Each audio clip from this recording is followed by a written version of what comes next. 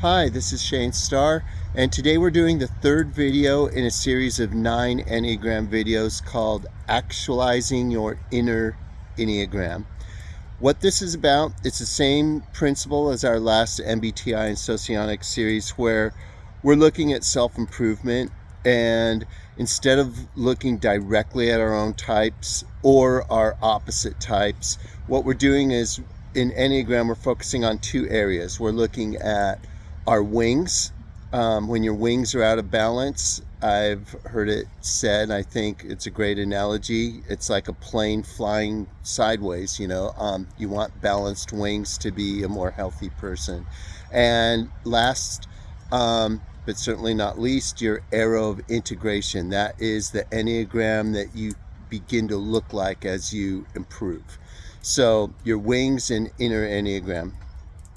So for us, we're doing Enneagram 3 today, and that means you're either a 2 who needs to activate your 3 wing, or you're a 4 who needs to activate your 3 wing, or you're a 9 that could better his or herself by moving in the direction of 3. Okay, or maybe you just want to get a little bit of that charisma that 3s have.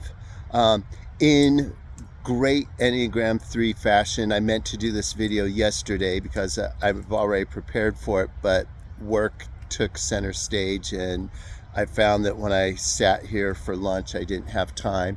And then this morning, I'm off to work early, so I'm going to try to make this video quick. I don't claim to be an Enneagram 3, but I'd be guilty of a 3 deception if I said that no one's ever typed me as a 3 before. So who knows in the end anyway, right?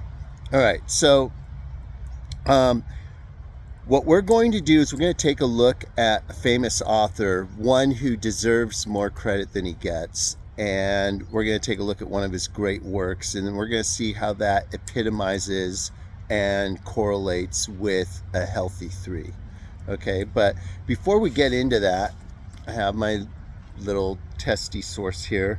Let's look at what a healthy 3 looks like according to Don Riso and Russ Hudson. Okay, type 3. A healthy type 3 is self-assured and energetic with high self-esteem. They believe in themselves and their own value. Adaptable, well-adjusted, and charming, often attractive and popular. Realistic and purposeful with a good sense of their potential. Ambitious to improve themselves to be all that they could be. Often become outstanding, a kind of human ideal, embodying widely admired qualities. Others are motivated to be like them in some positive way. High-spirited, goal-oriented, and persistent. They are effective, industrious people. At their best, they are inner-directed and authentic, everything they seem to be. They accept their limitations and live within them. Man, I wish I could be more like that. Especially, the times when people have said, yeah, I think you're a 3, and I disagree, it's mostly been that self-confident part. My supervisors at work always tell me, you're doing great, you shouldn't be so hard on yourself, you're doing better than you think you're doing. And people who I type as 3s, they just walk in like they're the you-know-what, and I don't know where they get that confidence from. I guess maybe it's liquid courage or some other kind of mind-altering substance they're doing. I don't know, but I need a little bit more of that myself. So maybe this video, like the last one, will be a little bit therapeutic in a way. So let's take a look at our author. I almost featured the famous Friedrich Nietzsche for this video, but I'm saving him for a different one. And we're going to look at a person who I think Nietzsche built on. I wouldn't go as far as to say plagiarized from, but I think he did assimilate a lot of this philosopher's ideas, making them his own. And the person I'm talking about was a Prussian philosopher born in what's actually now Gdansk, Poland. And his name is Arthur Schopenhauer. His dates are 1788 to 1860. He's famous for his concept of the will. Um, he's characterized as an atheist. I characterize him more as a kind of mystical, um, not necessarily a theist. I wouldn't go against everyone and say that, but his notion of the will, I guess it's sort of like, imagine that you believe in God, but you think God's just kind of crazy, non-caring, um, spontaneous, just this force that just does whatever it wants to, which is the idea a lot of atheists think think of God, and therefore they don't call this entity God because of the connotations. But nevertheless, the reason I don't like to characterize Schopenhauer as an atheist like everyone else does is because he believed in something beyond the empirical world. He just called it a different name. He called it will, like a blind, all-powerful force that permeates everything. Almost pantheism in a way. Um, so Schopenhauer, he had quite a life. He hated Hegel, and Hegel, in his graciousness, still hired Schopenhauer as a philosophy professor um, at the University of Berlin. And Schopenhauer made his classes the same time as Hegel's, and everyone went to Hegel's class instead. It ended up not really working out. Schopenhauer had a couple of daughters out of wedlock. He was really into the French Revolution. Um, Later, not so much late in life, but I think in his mid 40s or something, um, he pushed a woman out of the way and she fell and she sued him and he lost in court. And so he had to support her for the rest of her life. It's a little known story. And he had a dream or a vision of his dead father, along with his living mother, um, in the dream, and it really had a big personal impact on him. And in spite of his rich philosophy, he became interested in magic and the supernatural. He ended up having a Lutheran funeral, and it's strange. I don't know why he would want a Lutheran funeral, because he didn't like church. He didn't necessarily, publicly, he didn't believe in God. Um, so, but whatever, an interesting character. What I find interesting about these guys is that they're always typed INFJs. Like if you look at personality database or something, and you look at their lives and they're like womanizers, got in trouble, did all these crazy things. And I'm thinking, that doesn't sound INFJ to me. It's like someone takes a look at one thing they wrote. Um, the worst example of this is Camus, who's always typed as an INFP, but we're going to get into that in another video. I have a big problem with that personally, but we'll talk about it later. So Schopenhauer's known for his theory about the will, which I think Nietzsche really built on rather than came up with it on his own. So we're going to take a little bit of a closer look at Schopenhauer's world as will and representation. And I have some notes here. So it's basically, he thinks that the world's fundamentally an expression of a great irrational unconscious will to live. This will is the driving force behind everything in existence, constantly striving, never satisfied. The world we experience is just the representation of this will, and we subjectively participate in the will, and the will itself is filtered through our individual consciousness and governed by time, space, and causality. It doesn't sound atheist to me. It just sounds like a different type of God than the type that we're used to talking about. But I've already talked about that in this video. So I think that's the general idea. Now, how would this relate at all to Enneagram 3?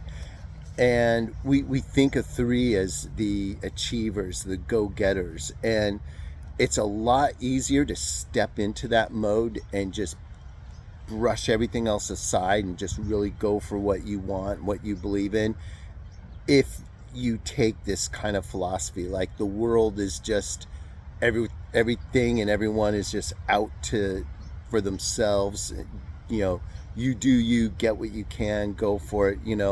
Some of his quotes illustrate this. The world is my representation. So it's like he believed in some objective world behind what we can know empirically, but again, it's this blind will. And so the way to tap into that is think of your own desires and will as part of this greater this greater entity, and you're just doing what destiny calls you to do and following it.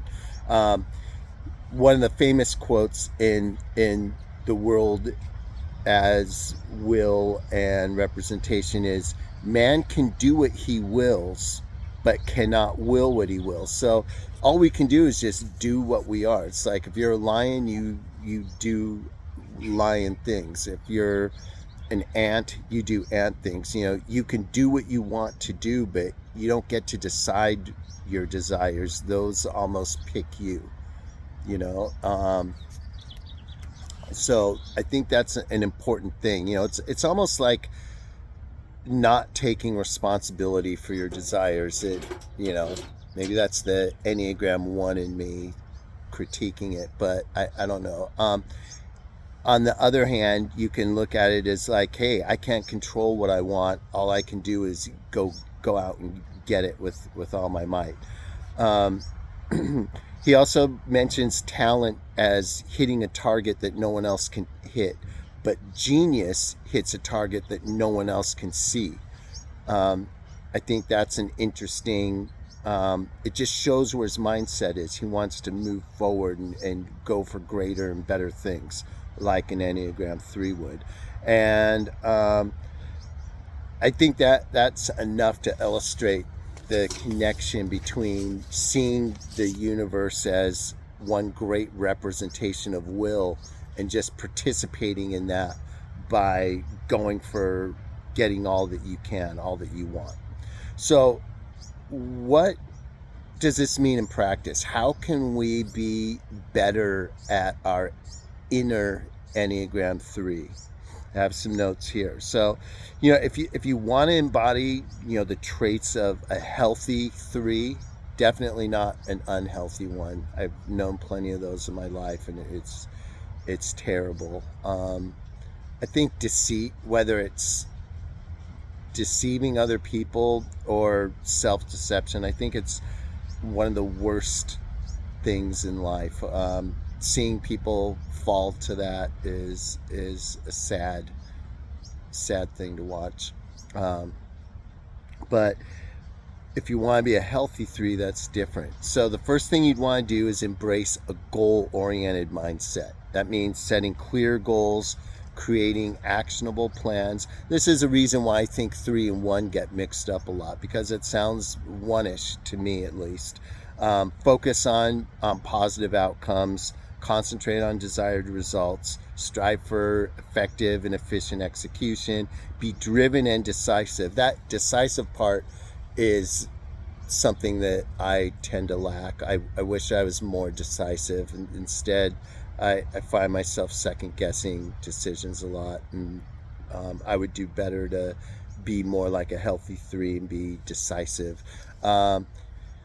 And acting decisively just means taking initiative. Don't wait for the world to come to you. Like Schopenhauer would say, go participate in that unconscious will, and don't worry about the desires you have. Just worry about fulfilling them.